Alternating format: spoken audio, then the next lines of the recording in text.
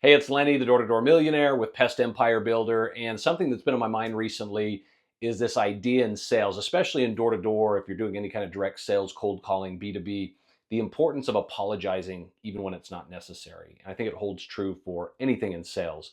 And what I mean by that is an incident that happened recently with me is I knocked on a door and a lady answered, and I had woke up her baby who she had just put down for a nap, and she was upset with me. There was no signage that would give me any indication that, hey, baby's sleeping. I see that sign sometimes. I've got a young baby. And so for us, I don't knock on doors if they say our baby's sleeping. Don't knock, don't ring, that kind of thing. But in this instance, there was no sign. So I could have easily justified me knocking on the door to say, hey, you didn't have a sign out, so I didn't really know. So, it's not really my bad.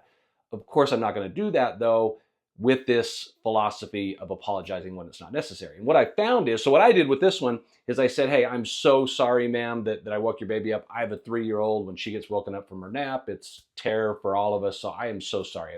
I apologize. Is there anything I can do to make it up to you? I can come back another time. I'm not doing anything super important right now. And the funny thing is, and this happens more often than not, when I apologize when it's not necessary, is she actually apologized to me. And she said, oh, no, it's totally not your fault. I didn't have a sign out. I need to do better. I've been talking to my husband about putting a sign out. That's on me.